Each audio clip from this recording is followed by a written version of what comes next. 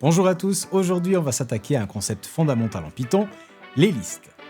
Au cours de cette vidéo, nous allons voir ce que sont les listes, on va voir comment créer des listes, on verra aussi comment accéder à des éléments de ces listes, ensuite on verra comment les modifier, ajouter et supprimer des éléments, et enfin on va voir aussi quelques opérations utiles sur nos listes. Pour ceux qui ne connaissent pas encore la chaîne, je m'appelle Sergio. En plus de mes vidéos, vous retrouverez aussi mes cours sur mon site simpletechprod.com où tous les cours sont disponibles au format écrit. Pour ceux qui veulent aller plus loin, vous avez également la possibilité de vous abonner à une formule qui vous donnera accès à des QCM et aux codes sources utilisés dans mes vidéos. Et maintenant, place au code. Alors, une liste, qu'est-ce que c'est? En Python, une liste est une variable qui peut contenir aucune, une ou plusieurs valeurs, de n'importe quel type. Autrement dit, c'est une collection d'éléments que nous pouvons parcourir, modifier et manipuler facilement.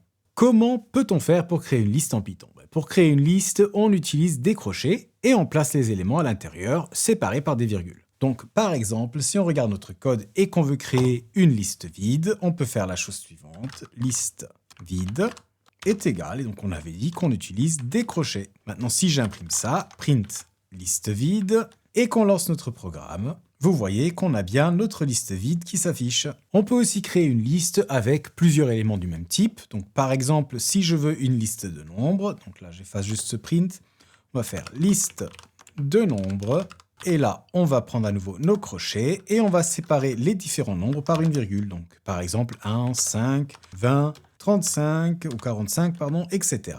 Maintenant, on imprime cette liste également, liste de nombres, on relance le programme, et vous voyez qu'on a bien notre liste qui s'affiche avec les différents nombres qu'on lui a assignés. En Python, il n'y a aucune restriction sur le type des éléments d'une liste. On peut donc mélanger des nombres, du texte et même d'autres listes à l'intérieur d'une seule et même liste. Donc là, si on retourne dans notre code, on peut avoir l'exemple suivant d'une liste hétérogène avec tout d'abord deux nombres entiers, donc le 18, le 34, ensuite un float, donc 22,22, du texte, bonjour, ça va, et j'ai même rajouté à la fin une liste 3, 2, 1. Et là aussi, si on imprime le tout, print liste hétérogène, et qu'on relance le programme, vous voyez que le programme fonctionne bien et on a bel et bien cette liste avec tous ces types mélangés qui s'affichent à l'écran. Maintenant que nous avons déclaré des listes, regardons ce que nous devons faire pour accéder aux éléments de nos listes. Eh bien, pour accéder à un élément précis d'une liste, on utilise son index. En Python, les index commencent toujours par 0. Dans notre exemple de liste hétérogène, si on souhaite accéder au nombre 22,22, on doit tout d'abord déterminer sa position dans la liste. Donc ici, 22,22 est à la troisième position, ce qui correspond à l'index 2. Car comme on le disait juste avant, les index commencent à 0. Donc 18 est à l'index 0, 34 est à l'index 1, et donc 22,22 se trouve bien à l'index 2. Et donc, regardons à quoi ça ressemble dans notre code. On va pouvoir faire la chose suivante, print de liste hétérogène, mais cette fois-ci, on veut accéder au 22,22. Donc on met des crochets et on lui passe l'index 2. Sauvegardons et relançons le programme pour voir ce que ça donne. Vous voyez que si on imprime le résultat de notre liste hétérogène à l'index 2, on a bien la valeur 22,22. Maintenant, comment faire si on souhaite accéder à la valeur 2, donc qui est à l'index 1 de notre liste qui se trouve à l'index 0, 1, 2, 3, 4, 5 de notre liste hétérogène? Eh bien, c'est pas beaucoup plus compliqué. Ce qu'on va faire, c'est qu'on va accéder tout d'abord à l'index 5, donc à cette liste. Donc ici, liste hétérogène de l'index 5. Donc là, on récupère cette liste. D'ailleurs, si je lance le programme, vous verrez, on a bien cette liste qui a été récupérée. Et maintenant, on souhaite accéder au 2, donc à l'index 1. Il suffit de rajouter après le premier index à nouveau des crochets. Avec l'index 1, on sauvegarde, on relance de tout et vous voyez qu'on a bien le chiffre 2 qui s'affiche à l'écran. Maintenant que nous savons comment accéder à un élément d'une liste, il est temps de regarder comment assigner une nouvelle valeur à un index précis de celle-ci. Pour cela, il suffit d'utiliser l'opération d'assignation de manière tout à fait semblable à une variable normale. À la différence près qu'on ne va pas assigner une valeur à la variable qui contient notre liste, mais on va plutôt assigner la valeur à une position précise de celle-ci. Pour cela, on va ici aussi renseigner l'index qu'on souhaite modifier entre crochets lors de l'assignation. Donc ici, si on veut remplacer à l'index 2 notre 22,22 par un nouveau nombre, par exemple 33,33, on peut faire la chose suivante. Liste hétérogène à l'index 2 est égal à 33,33. Et maintenant, si on imprime cette liste et qu'on relance le programme, vous voyez qu'à l'index 2, on a bien le nouveau nombre 33,33 qui s'affiche. En plus d'accéder et de modifier des éléments d'une liste, on peut aussi ajouter des éléments à celle-ci en utilisant la méthode append, à laquelle on va passer un élément qu'on souhaite ajouter à la fin de notre liste. Donc, si on souhaite ajouter le numéro 200 à la fin de notre liste hétérogène, on peut donc faire la chose suivante. Attendez, je garde le premier print, comme ça on voit l'état de la liste avant l'exécution de notre append. Et après on peut faire liste hétérogène.append et on veut rajouter le nombre 200. Je vais encore imprimer la liste une deuxième fois pour vous montrer comment elle a été adaptée. Et maintenant, si on lance le tout, vous voyez qu'on a bel et bien ajouté le nombre de 100 en fin de notre liste. Si on souhaite ajouter un élément à un index précis d'une liste, au lieu de le rajouter à la fin, on peut utiliser la méthode insert. Cette méthode prend deux paramètres. Le premier est l'index auquel on souhaite insérer la nouvelle valeur, et le deuxième est la valeur qu'on souhaite ajouter à la liste. Donc, si on souhaite ajouter par exemple la valeur 453 à l'index 2, on peut faire la chose suivante. Attendez, je mets ça là. Et ici, on va faire donc un liste hétérogène.insert index 2 453. On sauvegarde et on relance le tout. Et là, vous voyez qu'à l'index 2, entre le 34 et le 33,33, on a maintenant aussi notre nombre 453. Regardons maintenant comment supprimer des éléments de notre liste. Il existe plusieurs façons de le faire. Le premier consiste à utiliser le mot-clé del pour delete, suivi de l'élément qu'on souhaite supprimer. Donc par exemple, si on souhaite supprimer l'élément 34, qui est donc situé à l'index 1, on peut faire la chose suivante. Donc, attendez, je déplace ça à nouveau hors de mes prints. Et donc là, si on veut effacer l'élément à l'index 1, on fait del, liste hétérogène, index 1, on sauvegarde, et si on relance, vous voyez que à l'index 1, on avait 34 à la base, et après notre del, donc le delete, le 34 a bien été effacé. Attention tout de même à une chose, si vous utilisez le mot-clé del suivi d'une liste sans préciser l'index, vous supprimerez toute la liste. Donc là, si j'avais fait la chose suivante, vous voyez qu'on nous dit que notre liste n'est pas définie et on a une erreur. Donc faites bien attention à ne pas oublier de passer l'index que vous souhaitez supprimer. À moins que vous vouliez vraiment supprimer la liste, bien entendu. Moi, je vais remettre mon index 1 juste ici et on va passer au prochain exemple. Donc, la deuxième méthode pour supprimer un élément d'une liste consiste à utiliser la méthode pop. Cette méthode supprime un élément et le retourne. Donc ici, je vais créer une nouvelle variable que je vais appeler element deleted, qui va être égal à notre liste hétérogène.pop, suivi de parenthèse. Et maintenant, en plus d'imprimer la liste hétérogène, je vais aussi imprimer le element deleted. Et si on lance notre programme, vous voyez que pop a bien enlevé l'élément 200 de notre liste et nous l'a retourné dans la variable element deleted. On peut aussi utiliser la méthode pop afin de supprimer et récupérer un élément à un index précis d'une liste. Pour cela, on va lui passer en paramètre l'index en question. Donc ici, attendez, je garde mon pop quand même juste là, comme ça vous avez tous les exemples. Et donc là, si je souhaite supprimer un élément à l'index 1, donc element, je vais l'appeler element 1, pourquoi pas. Et là, j'ai passé l'index numéro 1. Donc si on regarde notre liste, on voit qu'à l'index 1, on a l'élément 453. Donc, normalement, il devrait nous être retourné et être affiché à l'écran. Et notre liste devrait donc être constituée des mêmes nombres qu'avant, moins le 453.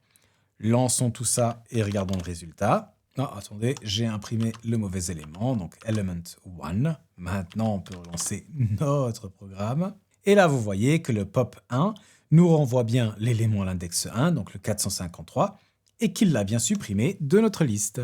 Avant de continuer, permettez-moi de vous lister quelques manières de m'aider à poursuivre mes vidéos.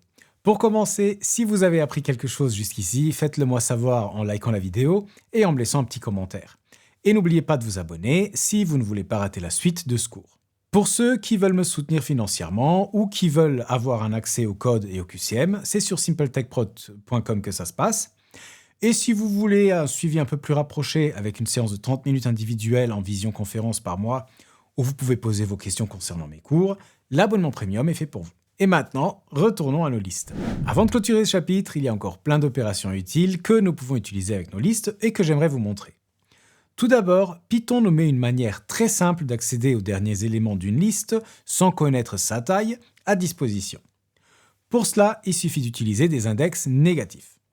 En effet, l'index -1 permet d'accéder au dernier élément d'une liste moins 2 à l'avant-dernier, etc. Donc, si on regarde ça dans notre exemple, on peut faire la chose suivante. Dernier élément est égal à liste hétérogène à l'index moins 1 et... Attendez, je vais juste mettre le tout en anglais parce que je préfère utiliser des noms de variables anglais. Donc, last element et second last element est égal à liste hétérogène. Et donc, cette fois-ci, pas moins 1, mais moins 2. Donc là, si on imprime last element et second last element, j'ai quand même imprimé notre liste pour qu'on ait la liste à l'écran en référence. Donc si on fait ça et qu'on relance notre programme, vous voyez que last element est bien le dernier élément, donc le tableau 3, 2, 1, et le second last, donc l'avant-dernier, nous retourne bien, ça va. Si on souhaite déterminer le nombre d'éléments d'une liste, on peut utiliser la fonction len, L-E-N, qui prend en paramètre une liste et retourne sa longueur. Ici, si on veut imprimer la longueur de notre liste hétérogène, donc à nouveau, je vais tout d'abord imprimer la liste elle-même, et juste en dessous, on va pouvoir faire la chose suivante, len de liste hétérogène. Et là, si on relance notre programme, vous voyez qu'il nous dit que la longueur est 5. Et si on regarde, on a bien 1, 2, 3, 4, 5 éléments. Je vais juste changer une chose, c'est que je préfère stocker ça dans une variable. Donc on va prendre une nouvelle variable qu'on va appeler number of elements est égal à... Et bien entendu, là on a le même résultat, donc je ne vais pas m'attarder trop longtemps là-dessus. Il y en a bien 5 qui s'affichent. Il peut arriver qu'on ait besoin de joindre les éléments de deux listes en une seule. Et en Python, cette opération de concaténation est très simple. Il suffit d'utiliser l'opérateur plus, qui peut être appliqué à deux listes et retourne une nouvelle liste contenant tous les éléments de la première, suivi de tous les éléments de la deuxième liste. Ici, créons deux listes. Là, je vais prendre liste 1 est égale à 1, 2, 3. On va prendre une deuxième liste qui va être égale à 4, 5 et 6. Et je vais créer une nouvelle variable que je vais appeler fullList, qui va donc être égale à liste 1 plus liste 2. Et on va imprimer le tout, donc fullList. Et si on lance notre programme, vous voyez qu'on a une nouvelle liste, donc cette fullList, qui contient les éléments de la première, donc 1, 2, 3, et les éléments de la deuxième juste après, 4, 5, 6. Si au lieu de créer une nouvelle liste avec la concaténation de deux listes, on souhaite plutôt ajouter les éléments d'une liste à une autre, on peut utiliser la méthode extend. On appelle cette méthode sur la liste qu'on souhaite étendre et on lui passe la liste des éléments à rajouter à celle-ci. Là, si on prend notre full list et qu'on souhaite créer une liste étendue, je vais encore créer une nouvelle liste, liste free est égale à, et là on va dire 7, 8, 9. Et là, si on souhaite étendre notre full list avec cette nouvelle liste, on va faire full list.extend et on va lui passer liste 3 en paramètre. Et donc là, si j'imprime la liste avant l'extend et après, et qu'on relance notre programme, vous voyez qu'on a bien la liste 1, 2, 3, 4, 5, 6 à laquelle on a rajouté les éléments 7, 8, 9. Pour finir, regardons encore comment extraire une sous-liste à partir d'une liste. On appelle cette extraction du slicing. En Python, on peut utiliser une notation basée sur les index pour effectuer ces slicing. Pour cela, on va prendre notre liste et entre crochets, on va lui passer l'index à partir duquel on souhaite extraire notre sous-liste, suivi d'un double point, et de l'index jusqu'auquel on souhaite extraire la liste. Et attention, ce dernier index est exclu. Créons une nouvelle liste ici. Je vais l'appeler alpha list et elle sera composée de lettres. Donc je vais prendre le A, B et on va faire ça jusqu'à F. On va déjà imprimer notre alpha list. Et maintenant on va créer une variable que je vais appeler sublist qui va être égale à alpha list. Et on va extraire les éléments à partir de l'index 2, donc du C, jusqu'à l'index 5, donc 3, 4, 5, exclu, donc le E. Donc si on fait alpha list de 2 à double point 5, qu'on imprime cette sous-liste et qu'on relance notre programme, on voit qu'on a bien CDE qui s'affiche. Si on veut récupérer tous les éléments jusqu'à un index en particulier, on peut simplement omettre le premier index et taper le double point suivi de l'index avant lequel on souhaite s'arrêter. Ici, pour notre sublist, on aurait pu faire la chose suivante. Donc on va omettre le 2, on garde le double point 5 et là on aura tous les éléments, donc A, B, C, D, E, jusqu'à l'index 5, donc F exclu. Relançons notre programme pour vous montrer tout ça. Et vous voyez qu'on a bien tous les éléments jusqu'à E. Et de manière similaire, si on souhaite récupérer une sous-liste qui commence à un index précis et qui contient tous les autres éléments de la liste, on peut renseigner le premier index, suivi du double point, et omettre l'index de fin. Donc ici, si on reprend notre exemple de 2 à 5, on va omettre le 5. Et là, on devrait avoir la chose suivante. Donc l'index 0, 1, on commence à 2. Donc on devrait avoir CD, EF. On relance pour voir si tout est correct. Et là, vous voyez qu'on a bien notre sous-liste qui est affichée, CDEF. Et voilà, vous savez maintenant comment créer et manipuler des listes en Python. Si cette vidéo vous a plu, n'hésitez pas à lâcher un gros like sous la vidéo et à vous abonner pour ne pas rater les prochaines vidéos. Je vous souhaite une excellente semaine et je vous dis à très bientôt. Ciao!